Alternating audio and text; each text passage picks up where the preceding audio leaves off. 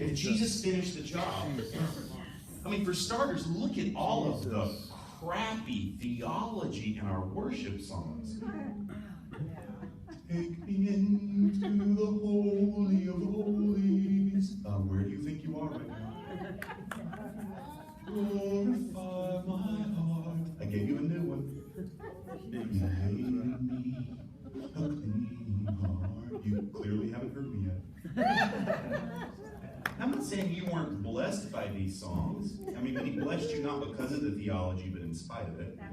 And I'm not saying that there was anything wrong with David singing this stuff, the guy who wrote all these lyrics 1,000 years before baby Jesus came on the scene. But don't you think our theology should have shifted a little bit?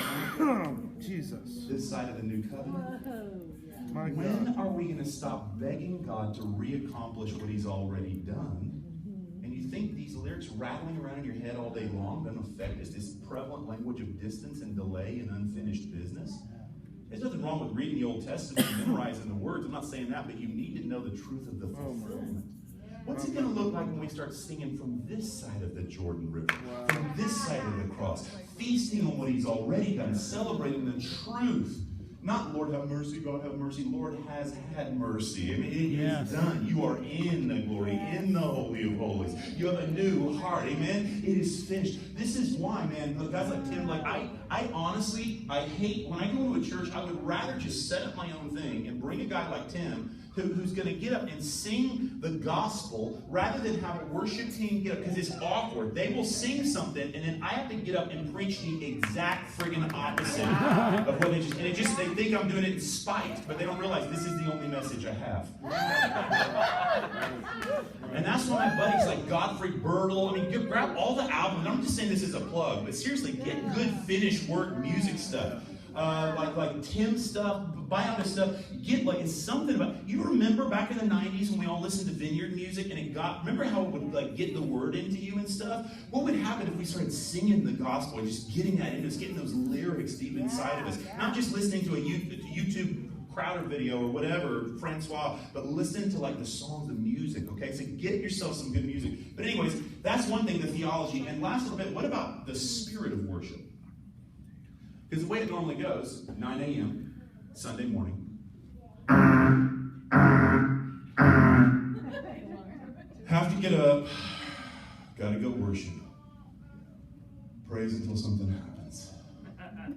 You kick the dog, you break the alarm clock, you punch a hole in the wall, a couple 4-letter expletives to the wife, maybe an 8-letter expletive. You argue all the way to church, and then you get there. I've got the joy down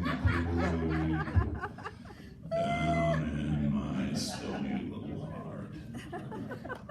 Now let's look exact same scenario, but now in the life of a crackhead.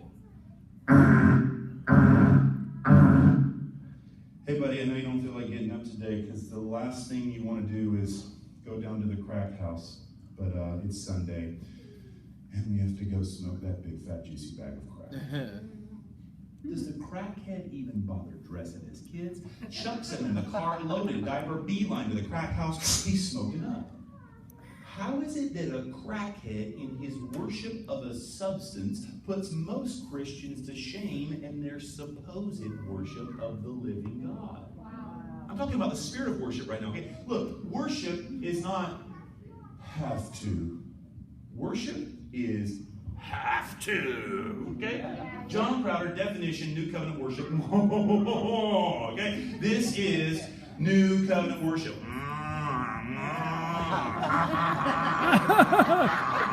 It's true. Yeah. Does that make sense? Everybody stand up this afternoon. Put your hand on somebody's head right here.